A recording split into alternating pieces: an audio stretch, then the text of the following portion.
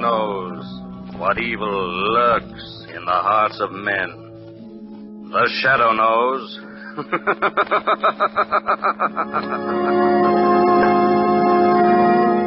Once again, your neighborhood blue coal dealer brings you the thrilling adventures of The Shadow, the hard and relentless fight of one man against the forces of evil. These dramatizations are designed to demonstrate forcibly to old and young alike that crime does not pay.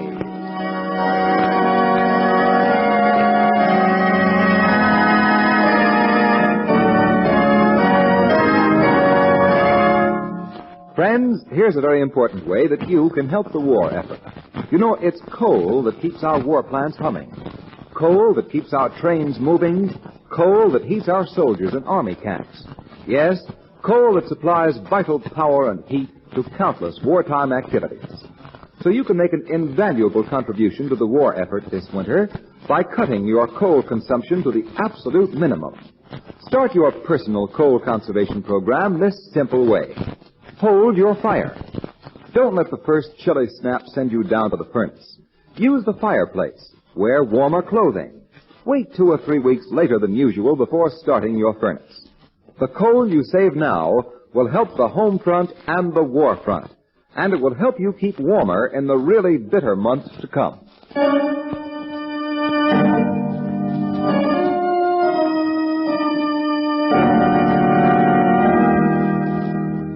The Shadow, mysterious character who aids the forces of law and order, is in reality Lamont Cranston, wealthy young man about town. Several years ago in the Orient, Cranston learned a strange and mysterious secret, the hypnotic power to cloud men's minds so that they cannot see him. Cranston's friend and companion, the lovely Margot Lane, is the only person who knows to whom the voice of the invisible shadow belongs. Today's drama, The Gibbering Things.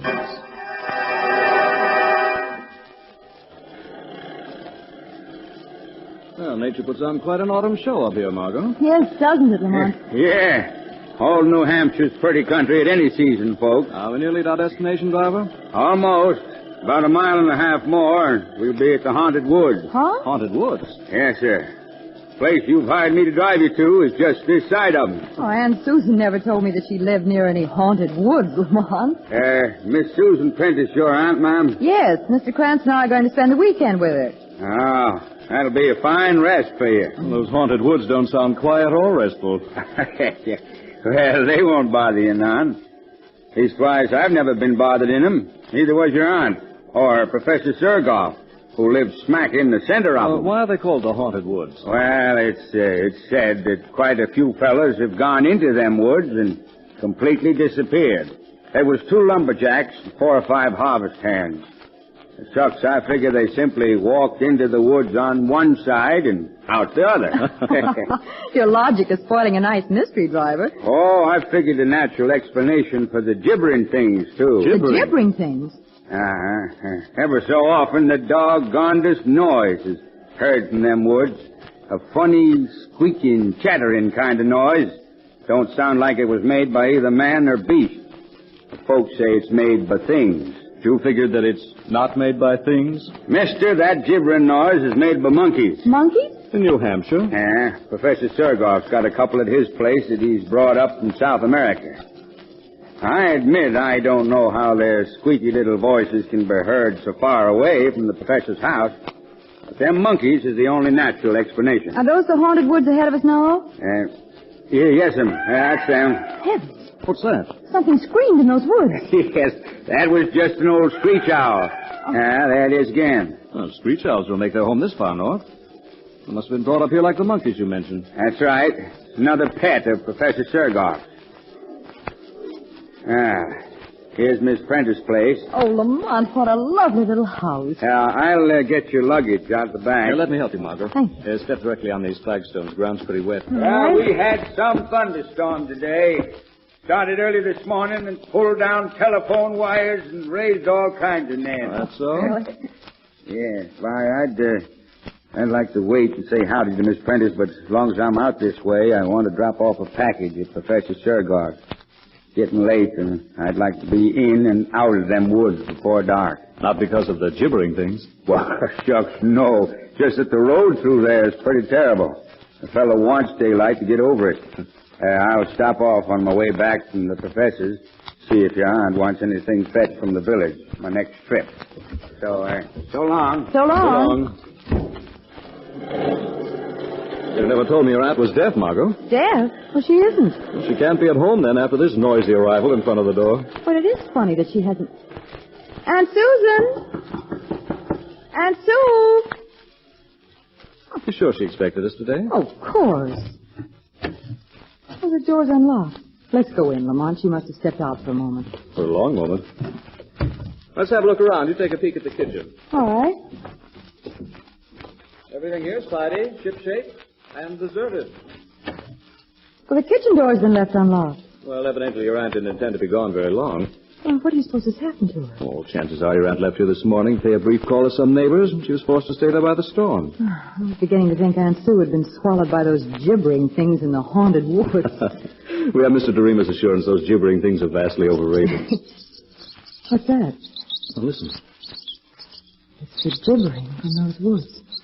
It's from deep in the woods. Doesn't sound like the chattering of any monkey that I've ever heard. Lamont!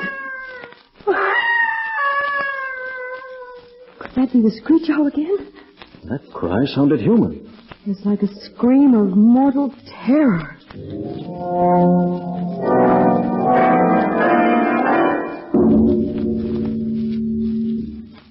Lamont, we've been waiting almost half an hour now for Aunt Sue.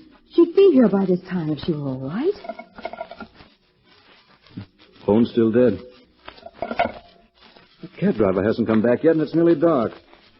Let's go outside again and watch for him. All right.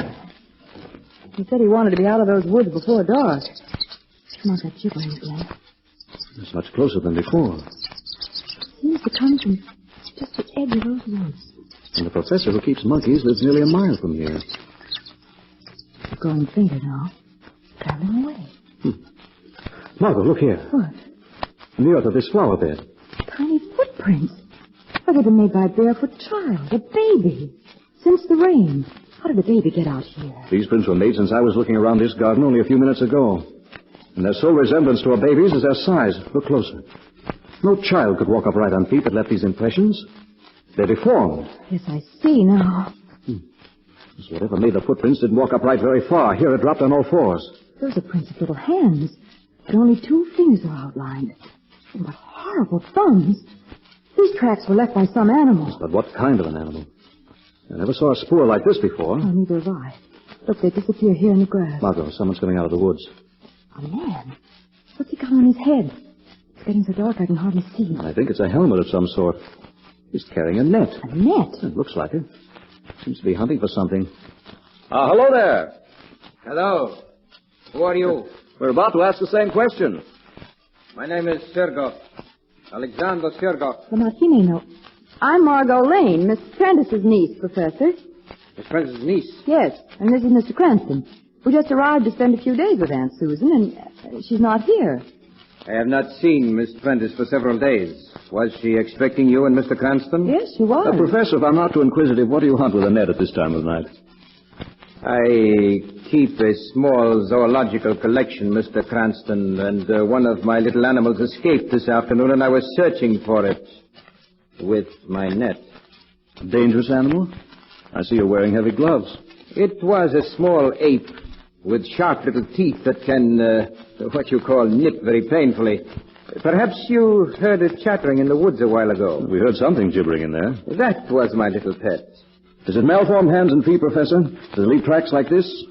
You did not see it leave those tracks? No, we found them by accident a few minutes ago. The creature I'm searching for is not a perfect specimen. These tracks are fresh, which means that it is close by, and I am most anxious to recapture it, so if you will please excuse me. Good night. Good night. Good night. Well, at least we've learned what's behind those footprints and that gibbering. I'm still wondering if that was a screech owl we heard soon after Doremus left his house. What for, Lamont? I'm going to get a gun and flashlight out of my bag and do a little hunting of my own in these woods. But... where's the light switch? Here. Oh, thanks. Lamont, they're gibbering again. It's just outside the house. We know it's only a crippled ape that... Margot, what? His face at the window. Where? It's gone now. But it was pressed close against the glass. It had no features, Lamont, except eyes and a toothless mouth. It was the face of the gibbering thing.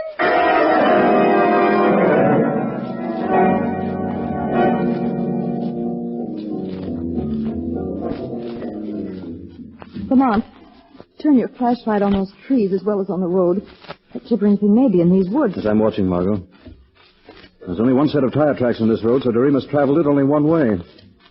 You sure, Margot, that the face of the window had no features? It was just pink, bald flesh with tiny pig-like eyes and grinning, toothless gums.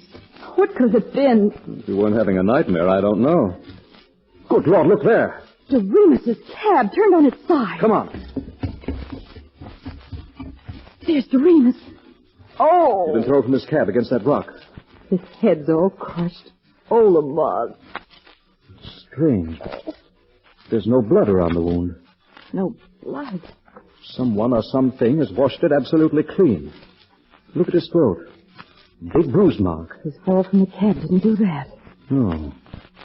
Looks as though some terrific suction had been applied by something like a giant leech. That thing with the toothless mouth. Lamont, you've got to find out what that gibbering monster is. It may have killed Aunt Sue as well as Doremus. Come on back to your aunt's house. After I see you locked safely inside, Professor Sirgoff is going to receive a visit from the Shadow.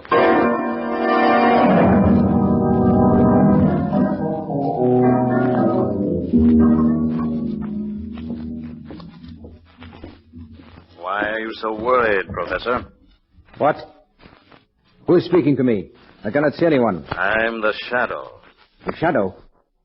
An invisible man? A little secret I learned in the Orient. What do you want here? I shall ask the questions. First, did you find the small ape you were hunting for? You know that I was hunting... The Shadow overheard your conversation with a Miss Lane and a Mr. Cranston a while ago. Did you find the ape? Yes. What did you do with it? I visited the cages where you keep your pets and found no crippled monkey there. I was forced to shoot the animal. I buried it in the woods. After it had gorged itself on the blood of Doremus? Doremus? You didn't know he was lying dead in the woods? No, I swear I did not, Shadow. I had nothing to do with it. But you know what killed him? No. Don't lie. You also know the reason for Susan Prentice's disappearance. I do not. Her absence will cause an intensive search. She will not be found here. This is a small house. Nothing could be concealed in it. Search it yourself. Luck has been with you so far, Professor. If telephone service hadn't been disrupted by the storm, the authorities would already have been notified and the search begun. The luck of criminals is never good for long. Your time is running out. The police will find the body of Doremus, and they'll be told about a squealing monster with a horrible toothless mouth. What? The gibbering thing has been seen tonight. Now you must think and act fast, Professor. You must think and act faster than the Shadow.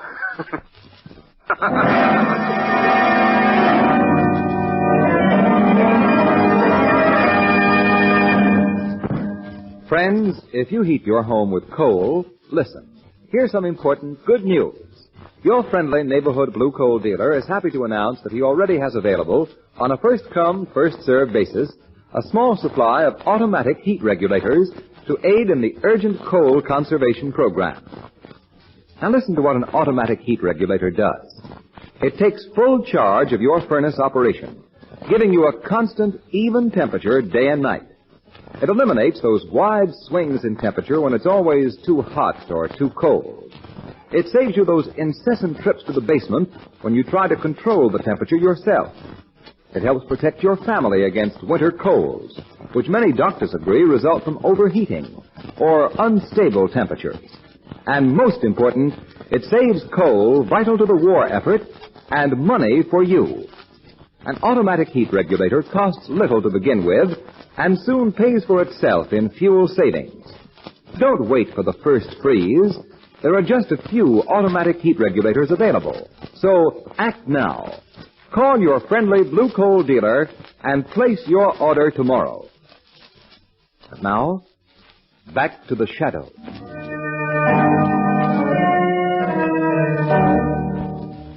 Lamont, did Professor Sirgoff tell you anything when you visited him as a Shadow? I didn't expect him to, Margot. The Shadow's purpose was to force Sirgoff into some revealing action. I'm confident that he'll make that action before morning, but I'm taking no chances. I'm going to leave you again now and go back into those woods. Why? Professor Sirgoff doesn't confine his activities within the limits of his small home. I'm going to discover, if I can, where he carries on his major studies. Let me go with you, No, Lamont. I want you to stay here. Lock yourself in the house and don't leave it. I expect to be gone for some time. Oh. I expect to be gone for some time. Fine. Screech owl. What's that? Back door. Who's there? What do you... Good evening, Miss Lane. Professor Searle. When one locks a glass-panel door, the key should never be left in the lock. It is so easy to break the glass, reach inside, and turn the key. Why have you broken in here? I just saw Mr. Cranston go into the woods, and I considered this an excellent opportunity to talk with you alone. That's gun. This gun will do you no harm if you're obedient.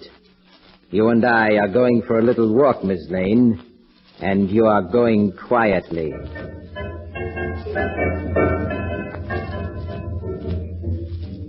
Where are you taking me through these woods? You'll soon learn. Here's our stopping place.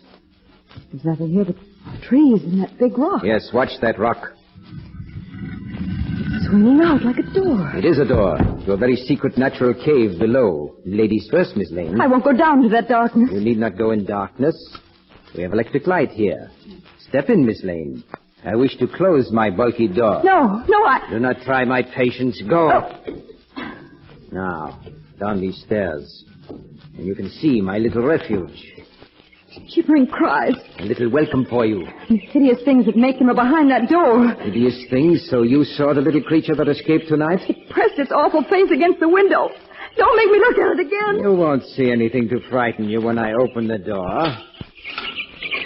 There's nothing in this chamber except those steel cabinets around the walls, that iron water pipe above, and this heavy rope that dangles from the pipe. You will find the rope of special interest. I call your attention to the snap hook on its loose end. No, let me go. As soon as I lock these handcuffs on your wrists behind your back like this, hook the rope to your cuffs like this.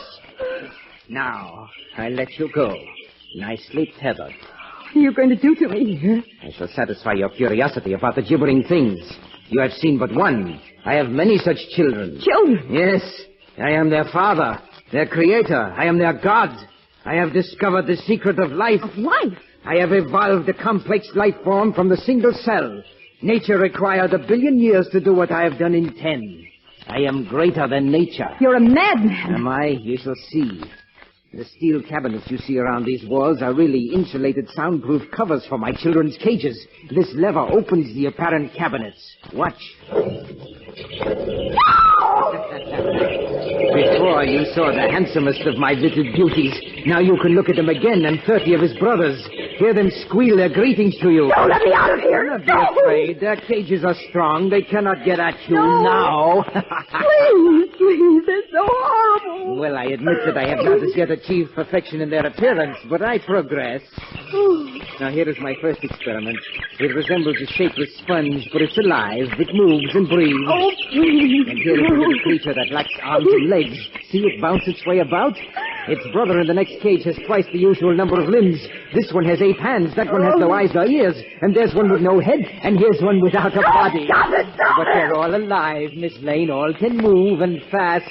All have mouths and appetites, Miss Lane. For human blood. Their only diet. Human blood? Yes, I keep human cows, Miss Lane, and you ought to become a human cow and feed my children. Oh, no. That is why you're tethered here. This chamber is their dining room. I shall pull a lever that opens their cages as I go out this door to safety. They're very greedy, but I will not let them drink too much of your blood, Miss Lane, for now you're a cow and valuable to me. I leave you now to pull the lever. Ah! My throat! You feel the shadow's hands upon you, Seagoff. The shadow! Oh. The shadow is a man would like to close his fingers tight about your neck. As a respecter of the law, he'll let you live. Oh, Shadow. Unlock your handcuffs, Seagoff. Don't touch me again, I will. Be quick. There. Oh, I'm free. I'm free and I can leave this room. Go where I won't see and hear those awful things. Yes, go. And I'll go with you out that door. Seagoff! The door is locked and closed upon you, Shadow. The lever that opens my children's cages is on this side of the door, and I release them now. No! My children do not have to see a man to find him, Shadow. Their greed for blood would lead them to you, and they are to have all your blood, Shadow. You will be dead before this door is opened. Dead!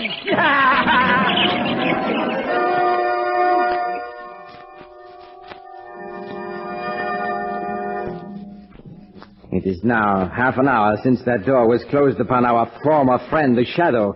My children have killed strong men within 5 minutes, so I think it is time, Miss Lane, for us to view the remains, which will be visible, I imagine. But first I shall reunite you with your aunt. You're my aunt here? Yes, unfortunately escaped and told me of her intention to notify the authorities. I was forced to add her to my herd of cows. That herd includes the itinerant lumberjacks and harvest hands who have disappeared in the haunted woods. When fools hear their screams of pain, they think they hear my little screech owl. There's no word that gets you. Before I can safely view the dead body of the Shadow, my children must be returned to their cages. And my cows take care of that. Your aunt's stall is behind this door. Aunt Sue! Aunt Sue! I will let her out. Margot!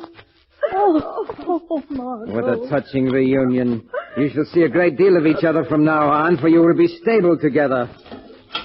My male cattle are in here. Come out, beasts. And don't forget that I hold the usual loaded revolver.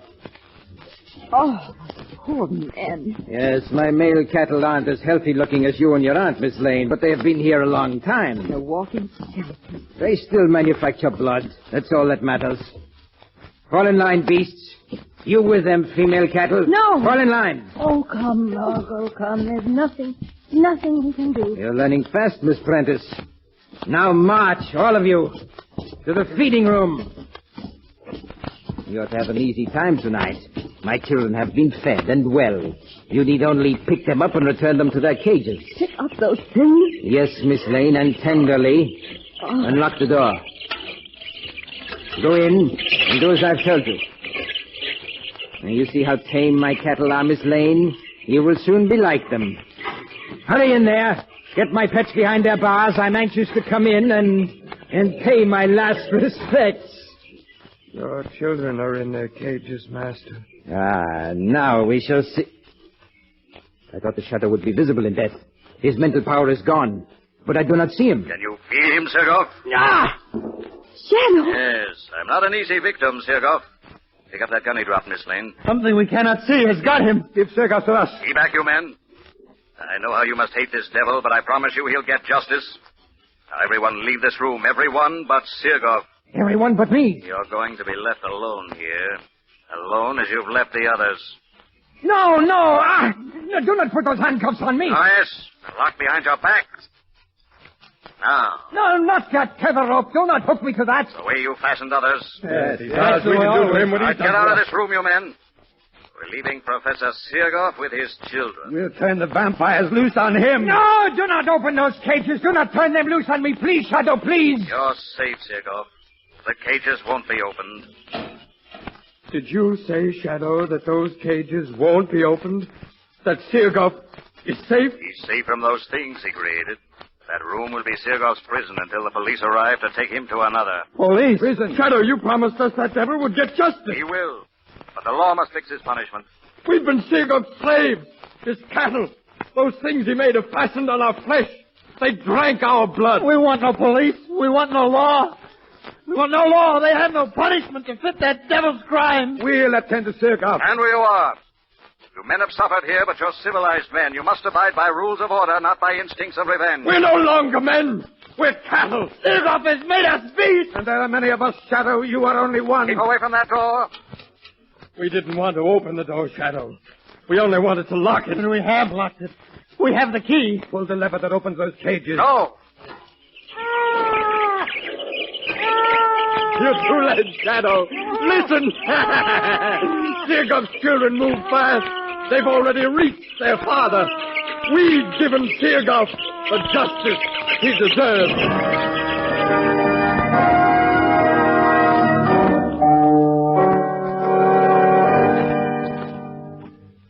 Well, Margot, Sergoff's cattle were too many and too quick. But Sergoff won't put the state to any expense. Your aunt's safe in her home again. And his children. Those men just trampled them after you finally forced that door. And I'm not sorry things happened as they did. Seargroff was going to turn those gibbering things loose on me. Well, he did turn them loose on the Shadow. But, Mike, you haven't told me why the Shadow wasn't killed by those monsters. Well, Seargroff made a serious mistake. When he left other victims in that room, their hands had been secured behind their backs and fastened to the tether rope. The Shadow was free. One end of the tether rope was attached to an iron pipe near the ceiling. Well, he took a moment to loop the other end with its heavy hook over the pipe and fasten it. And seated in that swing, the Shadow was well above the reach of the little vampires. Oh, when you were locked in that room, I was sure it meant your death. One can never be sure of anything, Margot. You know, when I was invited to your Aunt Susan's, as I recall, I promised myself a quiet, restful weekend. Yes, I remember.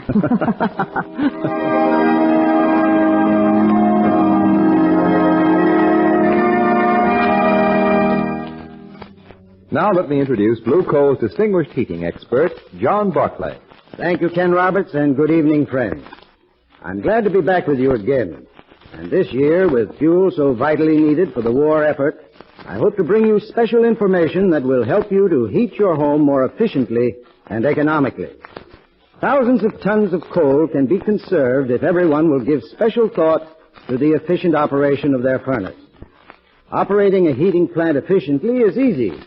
And if you will follow a few simple suggestions, you can not only save considerable fuel, but your home will be healthfully heated as well. A clean furnace is number one on the list of important things that will result in conserving fuel. So put your heating plant in good working order. It's easy to clean a furnace. For tools, all you need to do a good job is an inexpensive wire brush and a scraper. You can get these at any hardware store. Buy a small can of asbestos furnace cement. Have all soot and fly ash. Use the asbestos cement to seal up leaks around the smoke pipe where it enters into the chimney. Make sure that the dampers are in good working order and that all furnace doors fit tightly. Remember, a clean furnace conserves coal, gives you more heat for the fuel you burn, and will keep your family warm and healthful all winter long. I thank you.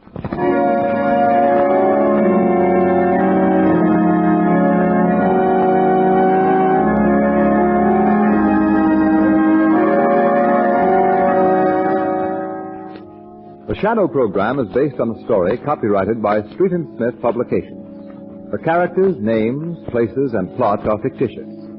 Any similarity to persons living or dead is purely coincidental. Again next week, the Shadow will demonstrate that the weed of crime bears bitter fruit. Crime does not pay. The Shadow knows.